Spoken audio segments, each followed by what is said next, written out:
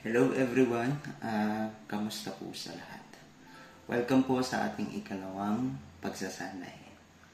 So, yung nakaraan, pinag-usapan natin kung paano tayo magdodrawing ng kilay sa papel. Since okay na kayo doon, ililipat na natin yan sa fake skin. Ngayon, dito sa fake skin na to, gumawa na ako ng outline ng kilay. Kung nakikita nyo, yan na yung susundan natin. Ngayon, mag-uumpisa tayong mag-outline gamit yung ating machine. So, ganitong machine lang muna para sa mga beginner ay yun muna yung gagamitin natin. Okay? So, kuha lang kayo ng spear shape na bottle. Basta ganitong round. Dito natin ipapatong yung ating fake skin na ginawa natin ng drawing na kilay. Okay, papaluwanan ko sa inyo soon kung bakit mahalaga na ganitong klase ng bottle yung gagamitin natin instead na flat surface. Okay po?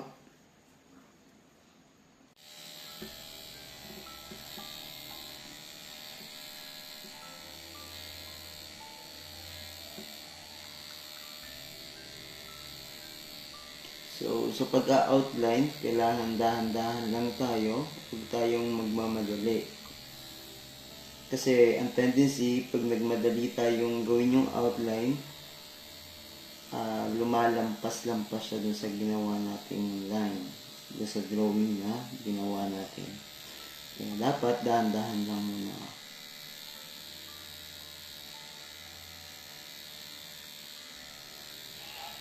So, kung paano siya gagawin, dapat sundot-sundot ka lang ng gano'n.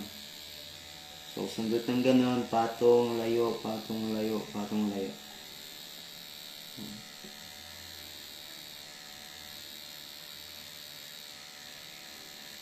Dahan-dahan lang po hanggang sa makabuo tayo ng solid na line na hindi tayo lumalampas dun sa outline na ginawa natin.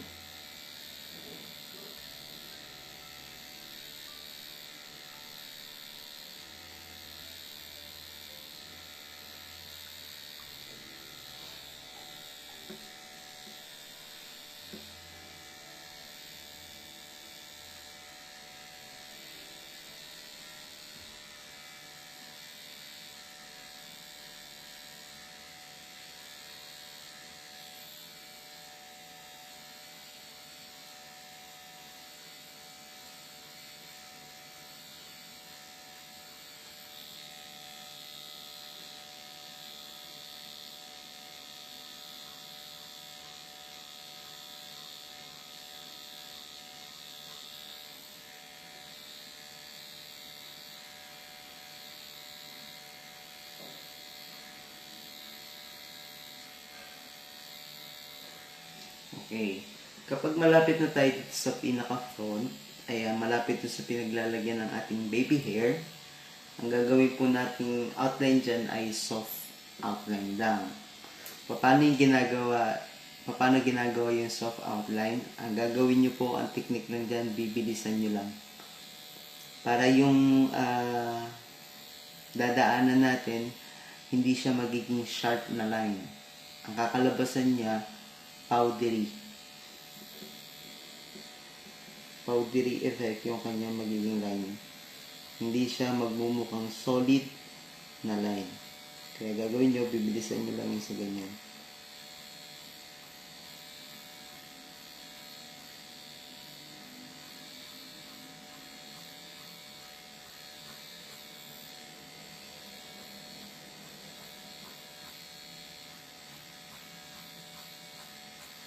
Pwede nyong balik-balikan para lang magmukhang buo yung line. But at the same time, powdery siya. Hindi siya yung sharp. Then, pag natapos nyo na sa ilalim, dadako na kayo dito sa taas. So, same pa din, sa dulo kayo mag-umpisa. And then, ipapatong nyo lang yan doon sa ginawa nating outline sa ilalim. Yung guhit sa ilalim, patong nyo siya.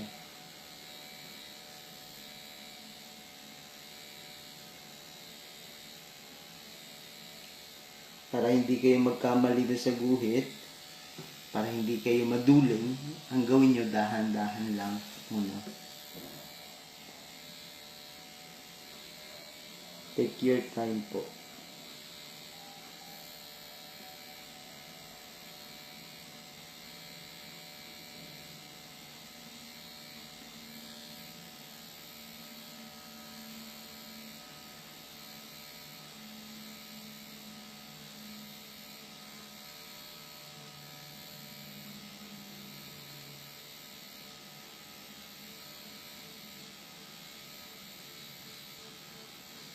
Ngayon, pag nandito na kayo sa tuktok, same lang yung gagawin nyo dyang outline. Soft outline lang din.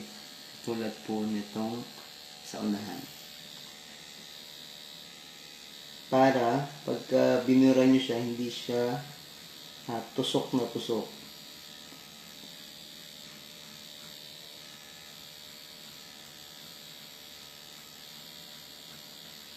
Powder effect lang. Then, babalik na uli kayo sa hard na outline sa solid.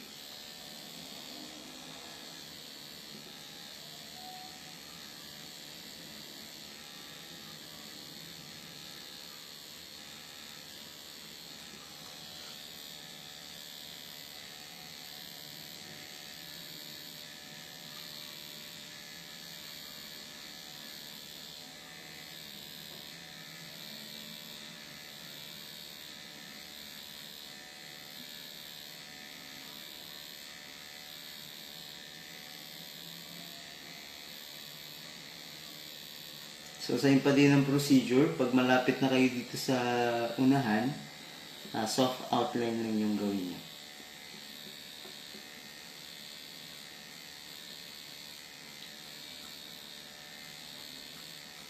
Basta pag malapit na kayo sa baby hair, na natin, sukat natin, doon na kayo mag-start ng soft outline.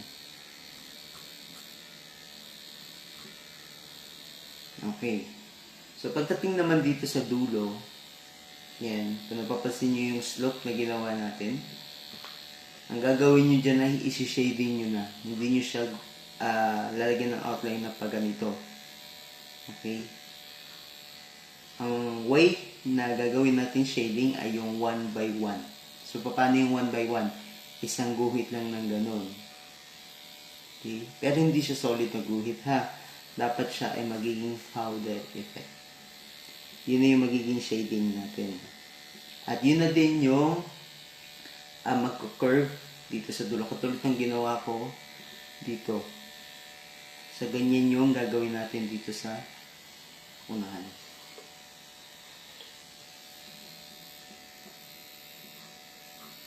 Okay. 1 by 1 lang. So, isa lang.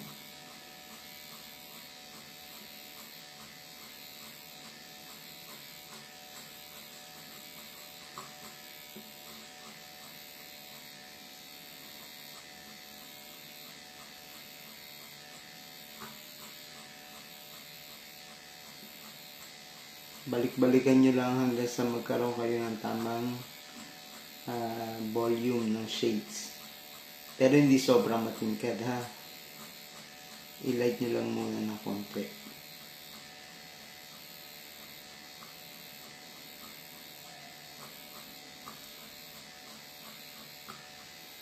Basta 1:1 lang.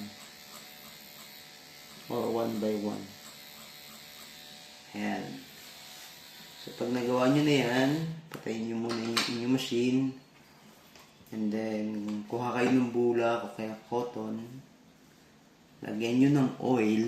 Kasi yung oil yung magbubura dun sa ating ink. Na ginawa dun sa excess ink. Yan, ganito lang.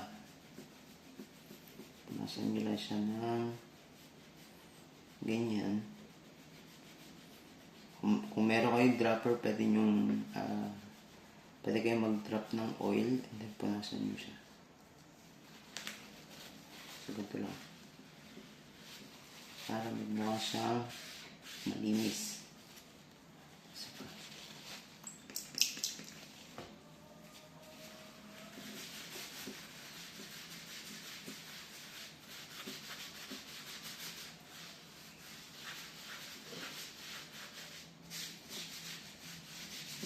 linisan nyo lang yung ibang part para malinis na tingnan.